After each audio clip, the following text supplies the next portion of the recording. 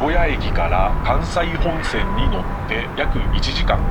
今や貴重になりつつある昭和30年代の鉄筋コンクリート造りの駅舎を持つ四日市駅に到着。新橋横浜間に鉄道が開通する前の明治3年、四日市と東京の間が定期航路で結ばれる四日市駅の前に立つ稲葉三右衛門さんは、後に東海道本線となる鉄道敷設の話を聞くやすぐに四日市港の実行に着手。なんと自分の財産まで使って明治6年から11年間で四日市港発展の礎を築き上げた偉大な人で、明治21年に政府から蘭寿褒章を受けている。結局東海道本線は誘致できなかったが、明治23年草津から四日市まで私設の関西鉄道が開通。明治28年には草津名古屋間が全通。四日市港に作られた車両整備工場がこの地域に機械化の波をもたらしたそう。鉄道が来る影響は想像以上に大きいんだな。港といえば専用線。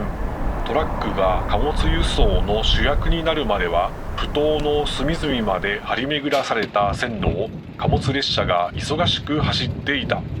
早くから鉄道が敷かれた四日市港も無論、廃線跡に沿って散歩しながら貨物列車全盛期の港湾風景に思いを馳せてみる。スタート地点にふさわしく昭和の雰囲気プンプンの名4ビル。戦前の建物だろうか。スクラッチタイルに独特の書体。武骨な建物なのにしっかり装飾がされている。全盛期より短くはなっているものの、現在でも現役の専用線が残っている。その中には全国唯一現役の鉄道紹介橋も存在しているから、後でゆっくり見学しよう。まずは廃線跡を巡ってみる。線路は撤去されているけど、はっきりと境界部分がわかるから簡単に当時の風景が蘇ってくる。伏線だったんだよな。数メートル歩いては立ち止まって妄想の繰り返し。自分でもわかる。我不審者なり。港を走る専用線といえば巨大な踏切、新末広踏切跡。反射板の代わりだったのかな。金属が埋め込まれたコンクリートが歩道に残る。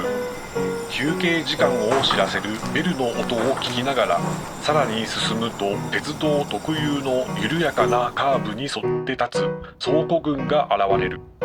その終点には別方向から来た線路とターンテーブルでつながっていたらしい場所が。倉庫の前に貨車を止めて荷物を詰め込んだりするから、伏線であってもよく考えて貨車を動かさないと身動きが取れなくなってしまいそうだな。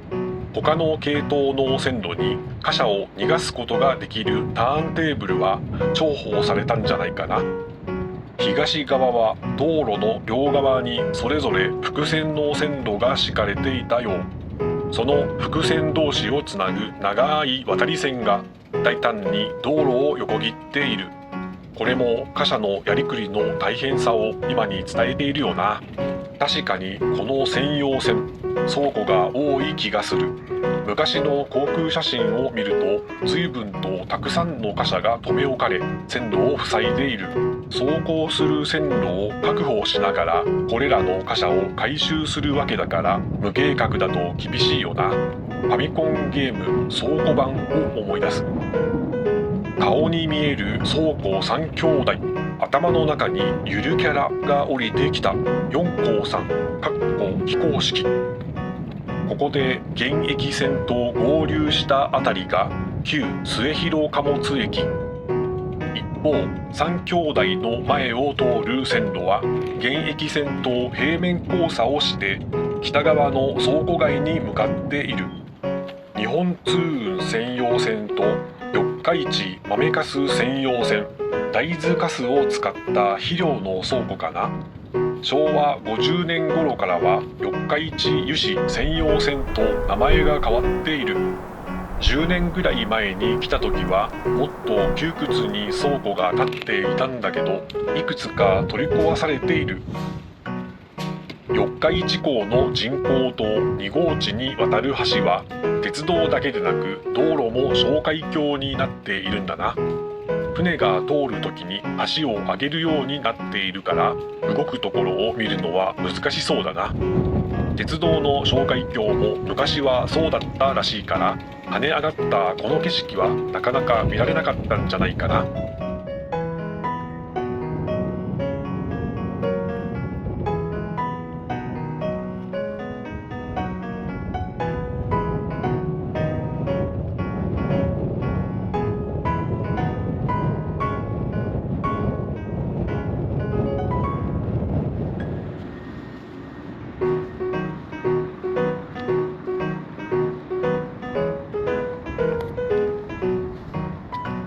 かつてはここが四日市港駅だったそうだけど、今は六日市駅の一部という扱いらしい。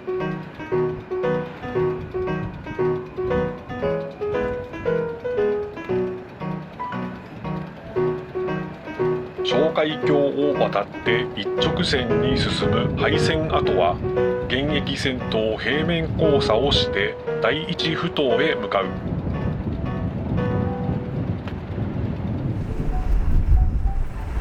ラジオ体操の音楽も工場地帯らしくていいよな。途中日本板ガラスの敷地に分岐し、そこには荷物積み込み用のホームが残る。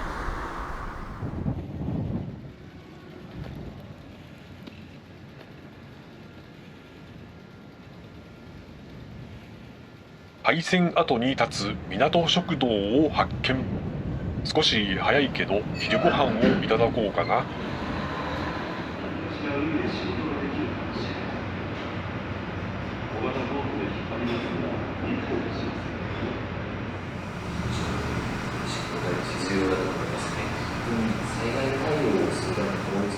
大きな窓の外を行き交うトラック。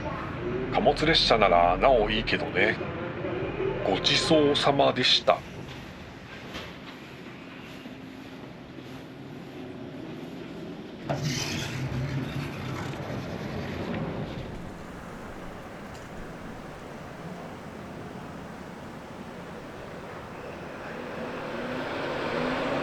エネルギーを蓄え、廃線跡散歩を再開。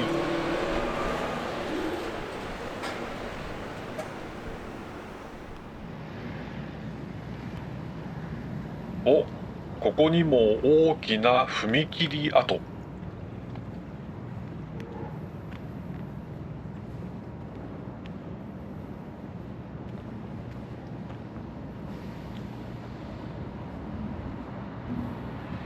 タバコを飲むなの看板。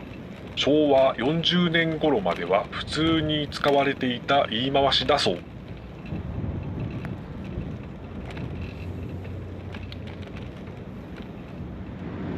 第一埠頭の先端に行き渡る複線の専用線。もう1系統も来ているけど、交わりそうで交わらない2系統。そろそろ貨物列車がやってくる時間。哨戒橋まで戻ってみるか。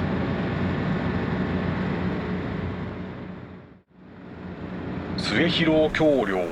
昭和6年製の重要文化財。著名な橋梁技術者山本歌郎氏の作品。山本氏が昭和2年に完成させた日本に現存する最古の跳ね上げ橋が名古屋港にも残っているけど、こちらは全国唯一現役。つまり橋も動くし列車も通る。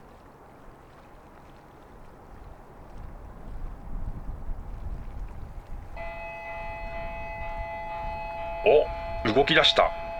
レトロな遊園地の踏切を思わせるどこか懐かしいサイレンもいいよな。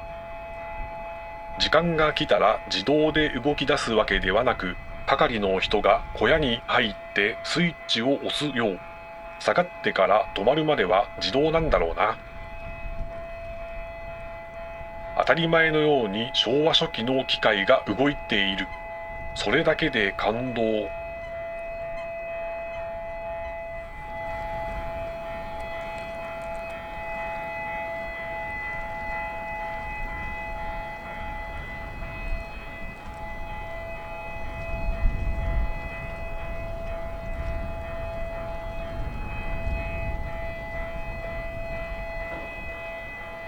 最後は稼働する部分に針を渡し、ロックすれば準備完了。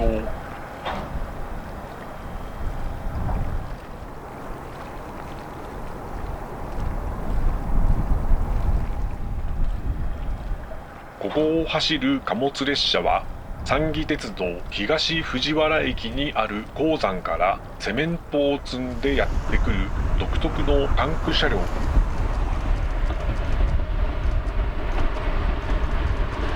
富田駅で JR 貨物の DF200 電気式ディーゼル機関車にバトンタッチし、お、来た来た。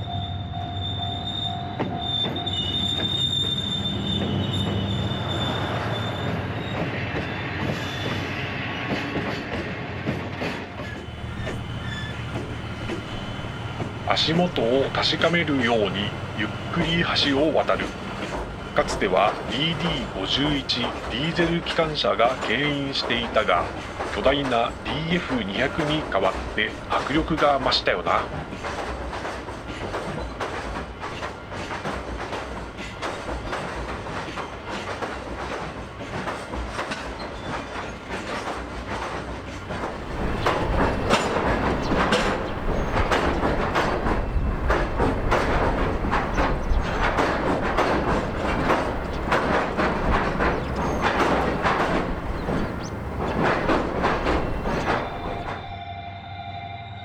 人工島2号地に上陸した貨物列車は旧四日市港駅に停車し、貨車から機関車を切り離す。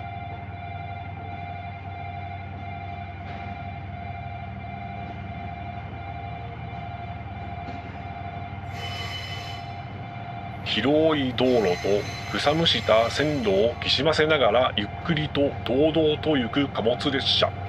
これぞ港を走る専用線の景色だが、機関車が巨大。四日市港独特の光景。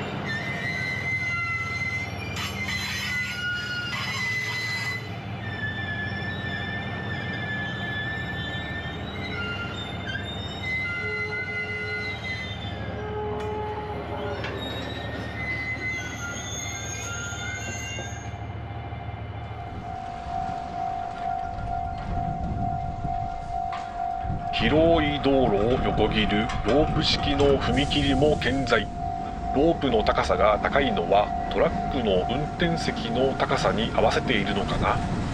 セメントの出荷センターからセメントを下ろし、中身が空になったタンク車が出てきた。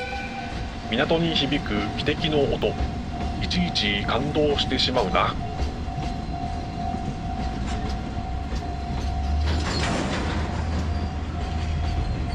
旧四日市港駅で2つの貨物列車を交換するのだが、狭い専用線にあって手際よく入れ替えをしてゆく。まずは切り離した DF200 を哨戒橋方面へ退避させる。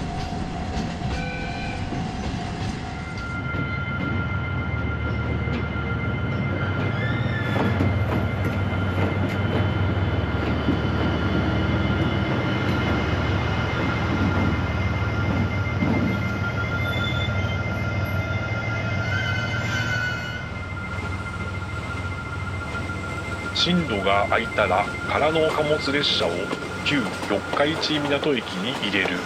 この間ずっと線路沿線の工場は出入り口を塞がれているわけだから、スピード勝負、プレッシャーと戦っているわけだな。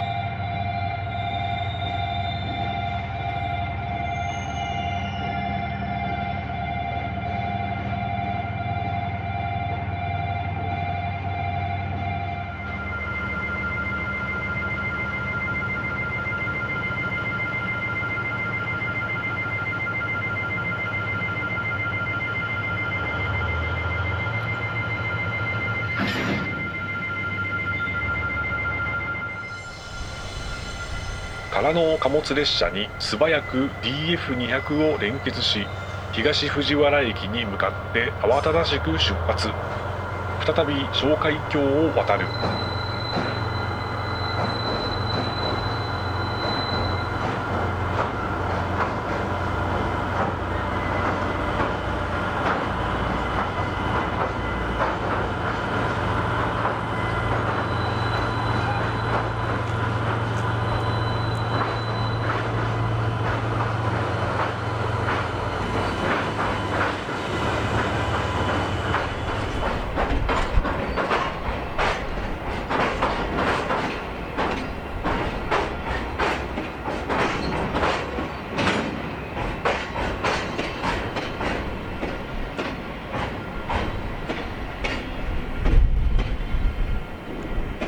およそ15分後、橋を上げればまた船が通過できるようになる。しかしここ千歳運河を渡る船を見たことがないな。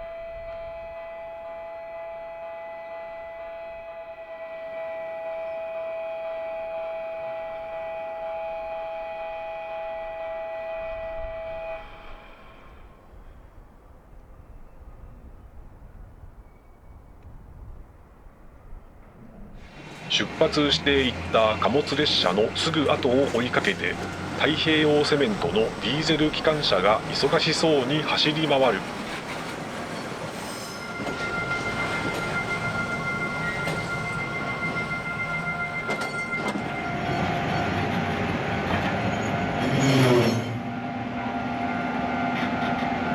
セメントを満載した貨物列車に連結され、すぐに出発すれば 4,5 分で出荷センターに到着。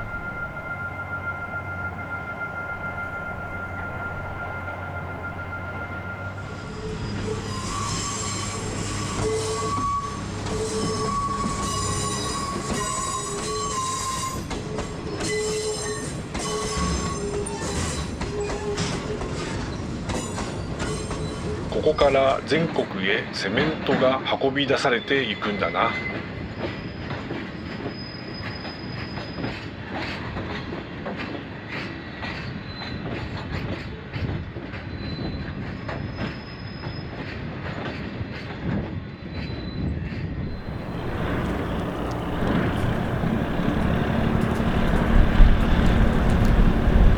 出荷センターの背後に気になるものを発見。明治27年の石積みの防波堤が残っているではないか。等間隔に開いた穴は何だろうか。近くの公園にとても分かりやすく解説してくれる設備がある。潮吹き防波堤。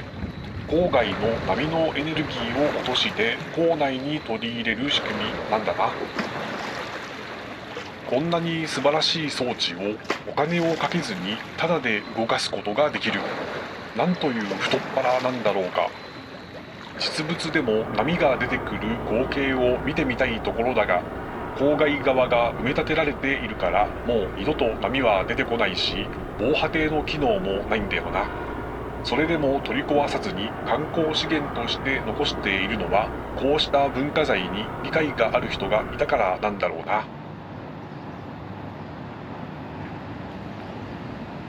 三重紡績創業者で東洋紡績の社長を務めた十世伊藤伝七さんの邸宅。十世って襲名制だったんだな。明治29年に移築され、迎賓館として使われる料亭であったそう。